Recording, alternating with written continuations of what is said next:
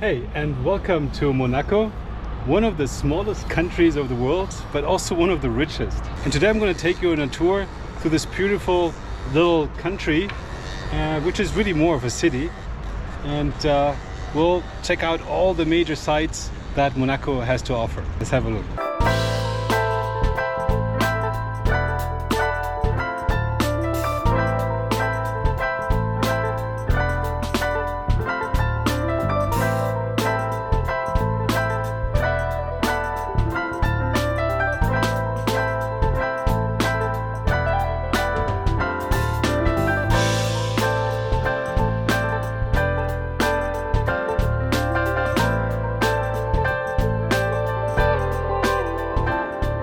Monaco is, of course, a place for the rich and beautiful, but even if you're not rich or beautiful, there's lots you can do in Monaco.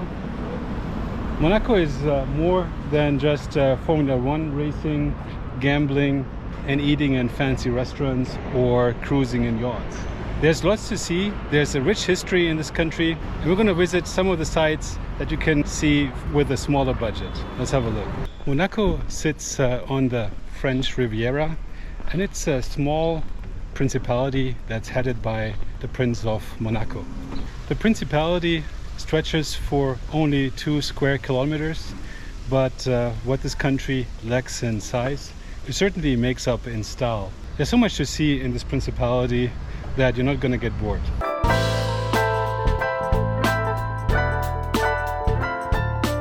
We're going to start our walking tour at the Casino Square, and of course this is one of the big highlights already when you come to Monaco. This is where the famous Monte Carlo Casino is located, and you may know this place from some of the James Bond movies that you may have seen. It's quite iconic, and even if you're not into gambling, I'm not a gambler at all. You can't help but be in awe about the beauty of this wonderful architecture. The Casino de Monte Carlo is one of the most famous casinos in the world, particularly as it was built in the flamboyant Beaux-Arts style in 1893. Up to today, it's absolutely a must-see when you come to Monaco.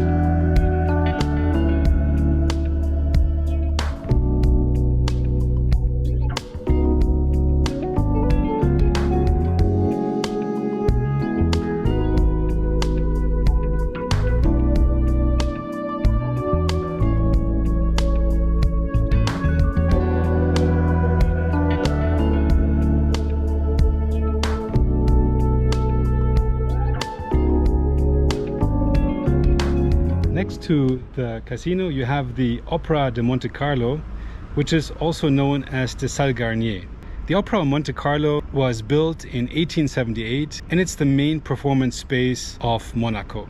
I just admired the architecture from the outside, but if you get a chance to get a ticket for an opera performance, by all means, that must be really amazing.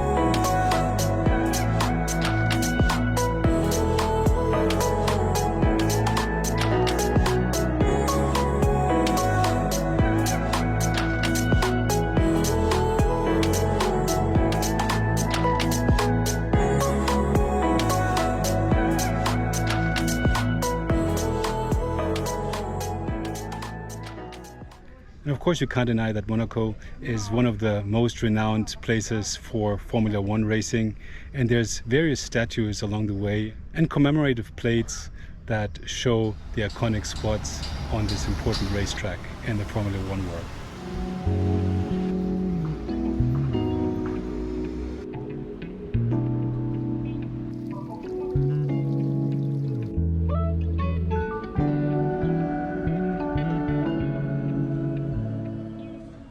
Next, we're exploring the Jardin Japonais, which is a traditional Japanese garden. That's not the first thing that comes to mind when you think about Monaco, but it's really a beautiful little garden that is not far away from the casino square and is an oasis of tranquility right in the city.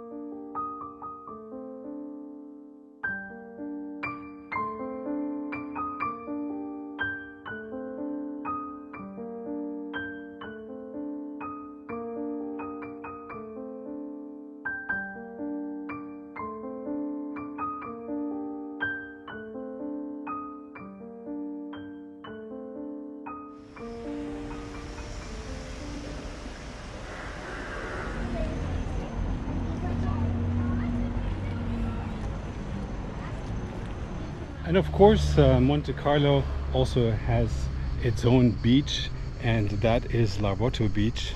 It's close to the iconic Avenue Princess Grace and is the only public beach in the Principality. It's not very large, but it's actually quite beautiful. Let's have a look.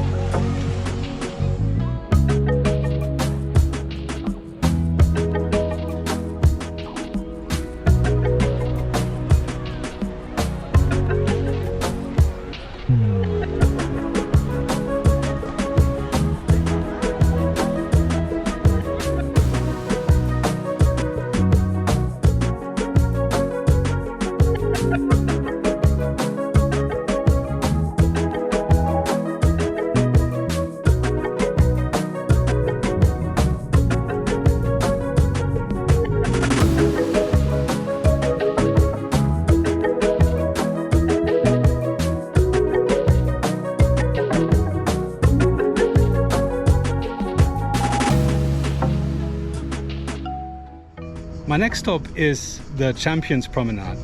And if you are a fan of soccer or football, then this is the best place for you to be, because this promenade features the footsteps embossed in bronze from all the major soccer players. You'll find Pelé, Ronaldo, Eusebio, Beckenbauer, and all the greats of soccer in this boulevard.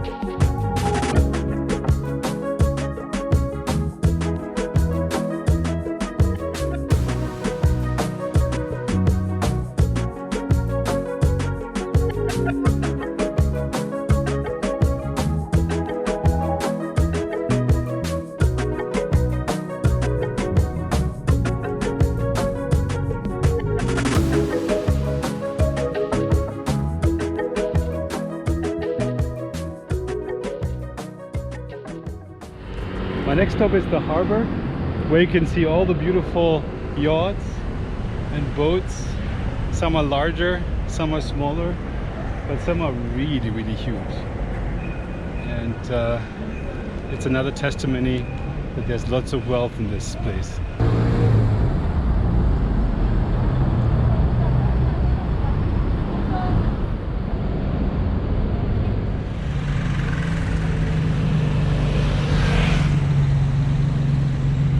The thing that I find really impressive here in Monaco is how clean the city is. There is hordes of people constantly cleaning the walkways, the streets, the parks. Everything's super well maintained and just picture perfect.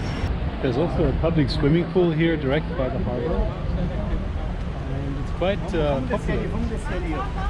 Pretty cool location for a swimming pool. Up there you can already see the rock, Le Rocher, which is the old town part of Monaco, and we're gonna go up there later.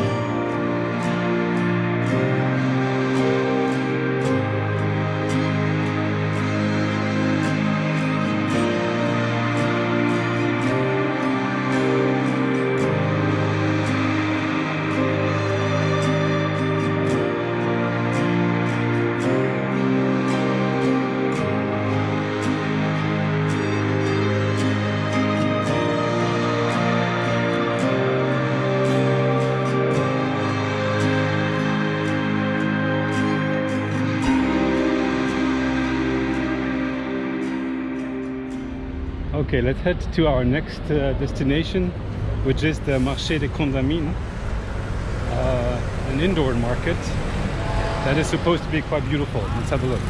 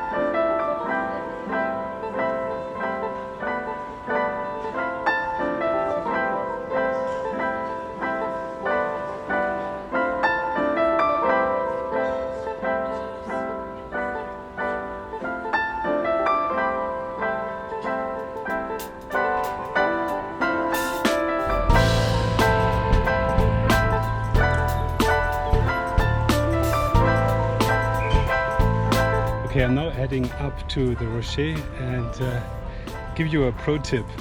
Don't do this during noon hours. It's super hot here and the sun is just scorching. But I hope I'll make it and I'll see you up there.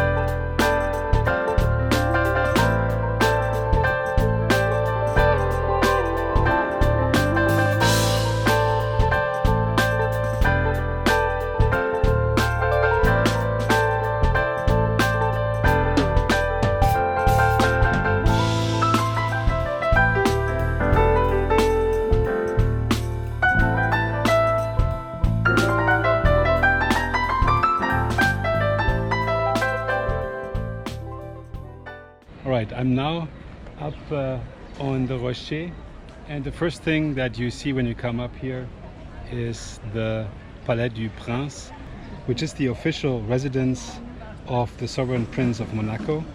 The Grand Palace of Monaco was built in 1191, initially as a Genoese fortress. Over the years, all sorts of architectural styles have been used to renovate and add on to the old fortress. The result is a mainly Renaissance-style majestic palazzo. The palace is very much used as a residence. You can visit the palace when the prince is not around, and one way to tell that that's the case is that the flag is not raised. So right now it is raised, so I assume he's around and one can't get in, but I'm not sure because there is a queue at the ticket booth, so we'll have to find out. Some of the sections might not be accessible. Look at those recycling trash bins. Isn't that just a beautiful way to recycle your trash? Here you see a statue of François Grimaldi, who I guess founded the Grimaldi dynasty in 1297.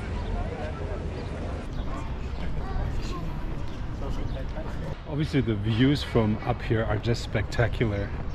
You can get a fantastic view from all three sides of the rock. The fourth one is covered by the Prince's Palace. But the palace is also a great way to start our walking tour now up here in the Old Town. So while much of Monaco is modern, this is the historical part of the city and it's definitely worth checking out.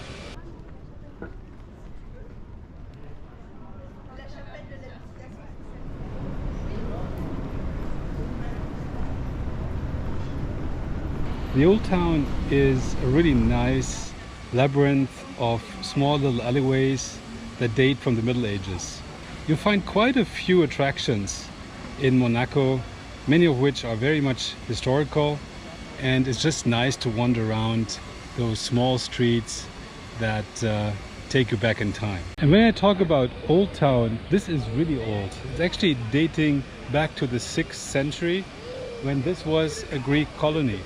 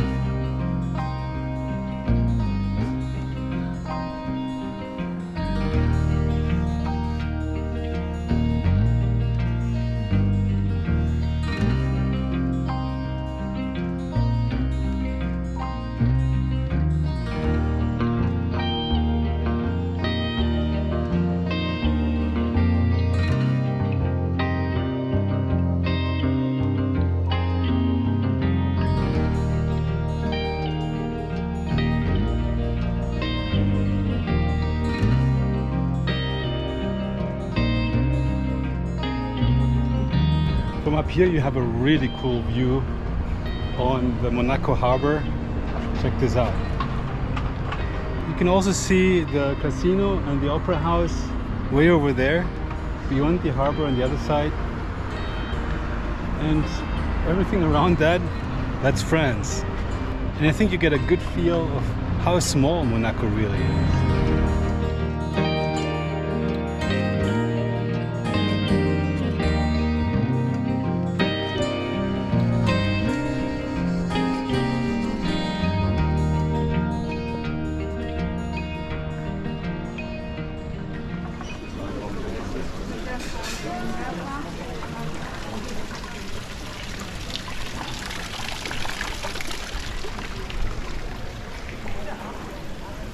I've now arrived at the Cathedral of Monaco, and we're gonna try to get inside. Let's have a look. What's really impressive about this cathedral is the white stones that have been used for its construction. It looks really quite beautiful. It was only built in 1875, but there are some pieces within the cathedral that stem all the way back to the 1500s. Another thing that stands out in this cathedral is that it's the burial place of the princes of Monaco. The Rainiers have been buried here, and you'll find Rainier III as well as Grace Kelly's tomb here inside of the cathedral.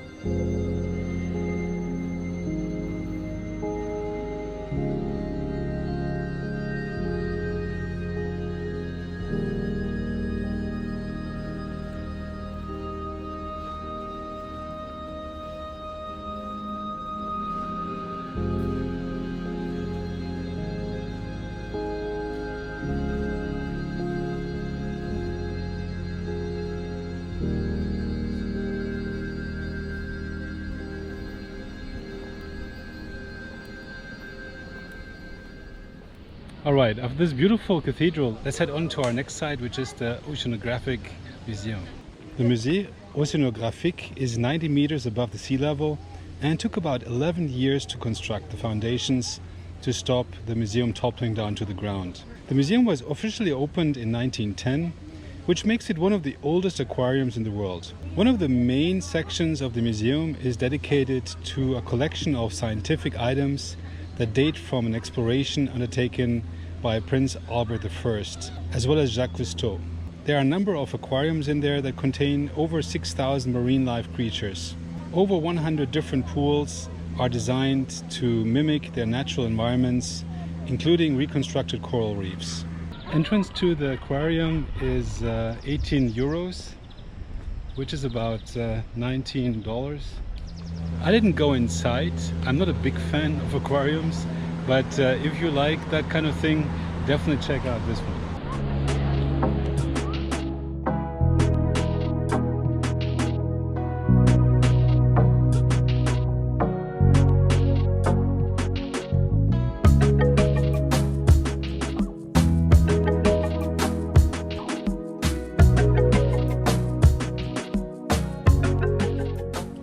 Let's head onwards to the Jardin de Saint-Martin, which is a walkway on a beautiful garden path that surrounds the Rocher rock. Let's have a look. At the Jardin de Saint-Martin, you'll find a memorial statue of Prince Albert I. This garden route skirts along the coastline of the rock and features a number of beautiful flowers, both indigenous and exotic, that thrive here due to the fantastic Mediterranean climate. Make sure to check out the beautiful views that you can have from this walkway.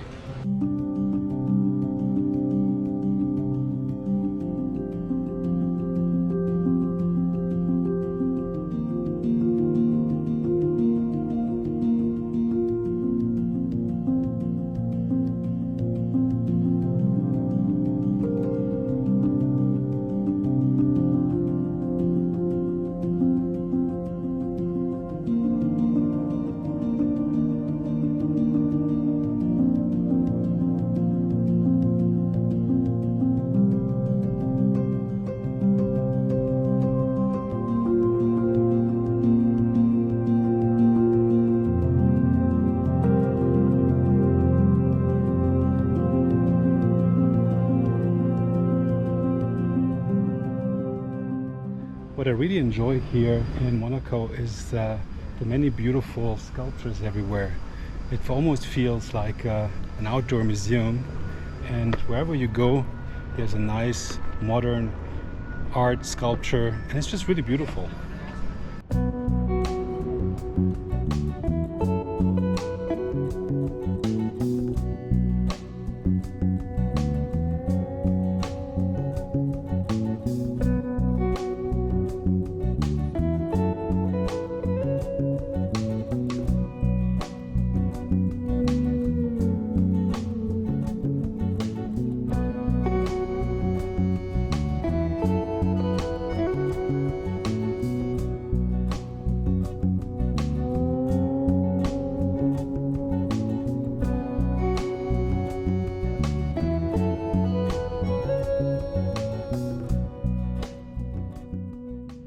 From here you have a great view on Solarium Beach. Solarium Beach is actually not really a beach.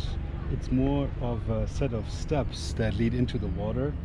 And the water is quite deep, which allows you to jump in if you dare so. There's actually a few guys that are jumping in right now. Again, it's not really a beach. If you want to go to the beach, you have to go to the public beach of Monaco.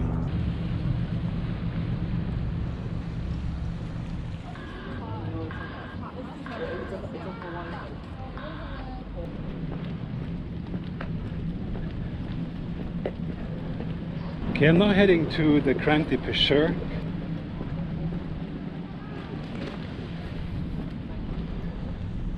The Crinque de Pecheurs is a small hidden pebble beach area that is not necessarily known by many people, and if you want to get a bit of a secluded way to swim here in Monaco, that's the best place to come.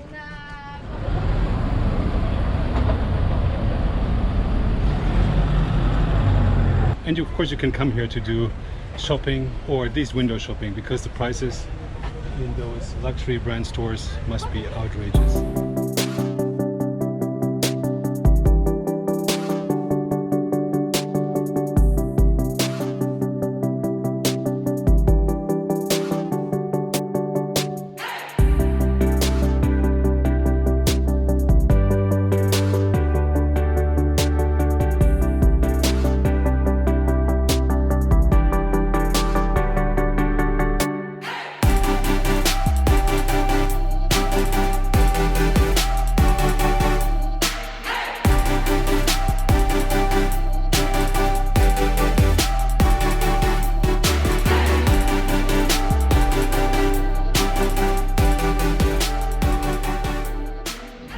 So I think when you're in Monaco, there's two options you have in terms of transport. It's either a scooter or a Bugatti or Ferrari.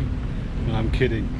There's of course lots of public transport here, but I've never seen as many Bugattis and Ferraris in one place in my life. It's absolutely insane.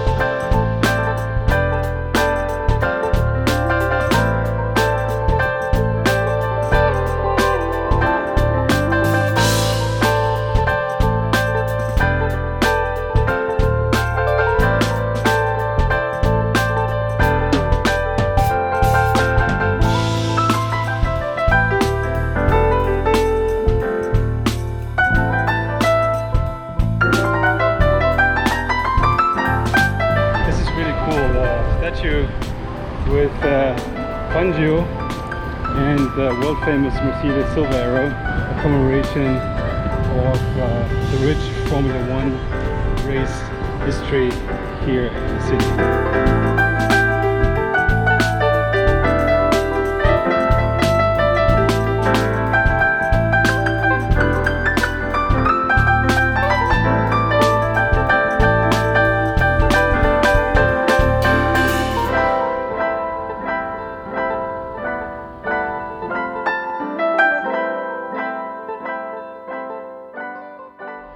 are several ways you can get around Monaco.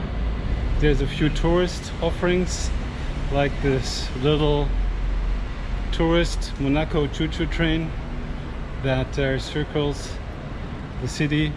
There's also the double-decker red tourist bus that stops at all the major sites of Monaco. And last but not least, you can also use public transport, and there's bus routes that go through the city.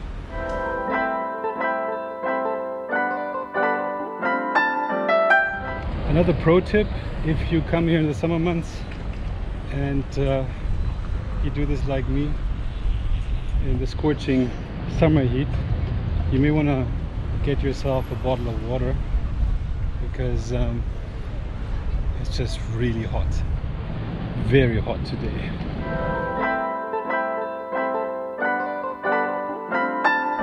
Here's a money saving tip: if you don't want to spend your euros in the often overpriced cafes that line the various streets and boulevards in Monaco, you may just want to go to one of the grocery stores and buy yourself a snack, a salad, or something for a picnic, which you can then take in one of the parks and eat there. Much cheaper and really yummy.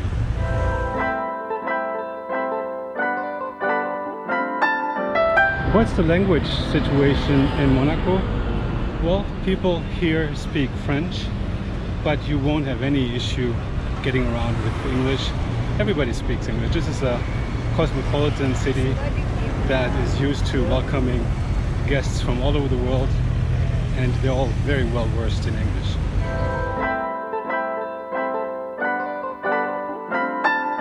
Needless to say, in terms of safety, Monaco is a super safe country. There's nothing to worry about. There's police everywhere. But that also means that if you come here by car, make sure you park in the officially designated garages or spaces, because otherwise you're going to get a ticket. I've seen so many policemen around here that give tickets, and that can get very pricey.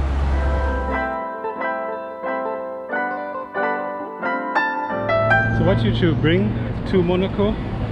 Well, I'd say bring lots of money or a credit card, but jokes aside, make sure you bring a hat against the sun, some sun blocker, good walking shoes. You're going to do quite a bit of walking, and maybe a small backpack where you can pack some water. Alright, if you enjoyed this video, please give it a thumbs up, and please also check out my other videos in and around Monaco, the French Riviera. There's so much to see in this beautiful part of the world, and leave me a comment down below. And if you haven't done so yet, subscribe to my channel, and I hope I see you in the next video. Have a good one. Bye bye.